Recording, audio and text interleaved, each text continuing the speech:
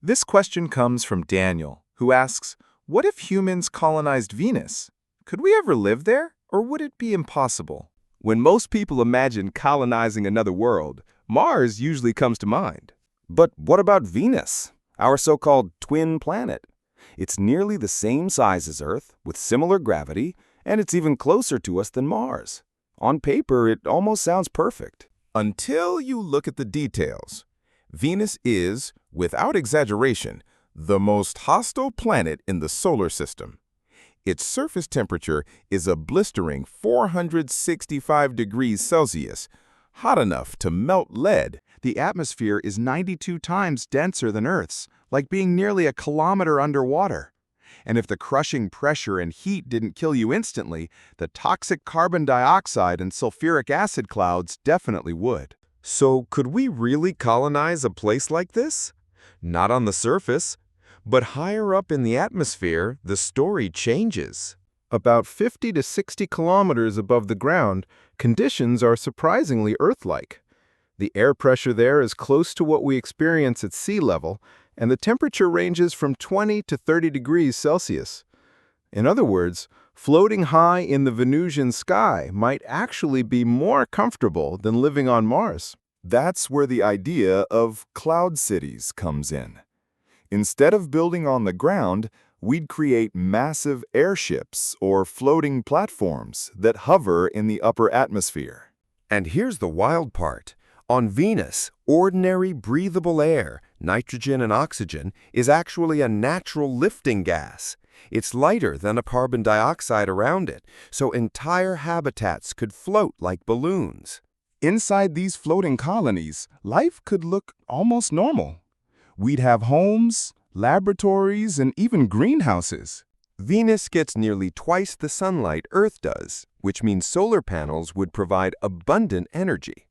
And unlike Mars, Venus has gravity almost identical to Earth's, about 90%, so our bones and muscles wouldn't waste away over time. Sounds great, right? Well, not so fast. Living above Venus comes with some terrifying challenges. The clouds below are made of sulfuric acid, which would corrode metals, plastics, and electronics. We'd need advanced protective materials to keep our cities from being eaten away. Then there's the length of a Venusian day. One day on Venus equals 243 Earth days, which is even longer than its year. That means months of sunlight followed by months of darkness.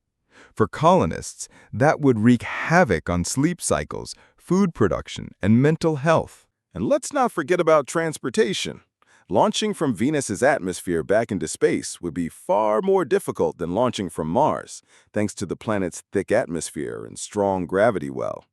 Any supply chains or rescue missions would be complicated and expensive. Still, Venus has advantages that Mars doesn't. It's much closer to Earth, making travel times shorter and communication delays smaller.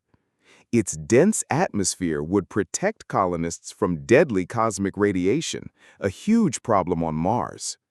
And its endless solar energy could support entire floating cities. In fact, some scientists argue that if humans ever attempt large-scale colonization, Venus might actually be the better candidate than Mars.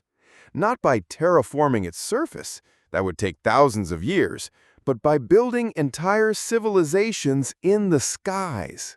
Imagine, centuries from now, looking up through thick windows at a swirling yellow horizon while suspended high above the burning hellscape below.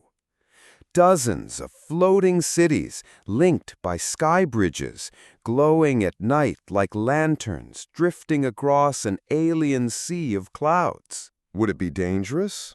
Absolutely. Would it be easy? Definitely not. But if humans could tame the skies of Venus, we would prove that there's no environment too extreme, no frontier too hostile for us to carve out a home. So, what do you think? Would you rather live underground on the frozen deserts of Mars, or drift forever above the acid clouds of Venus?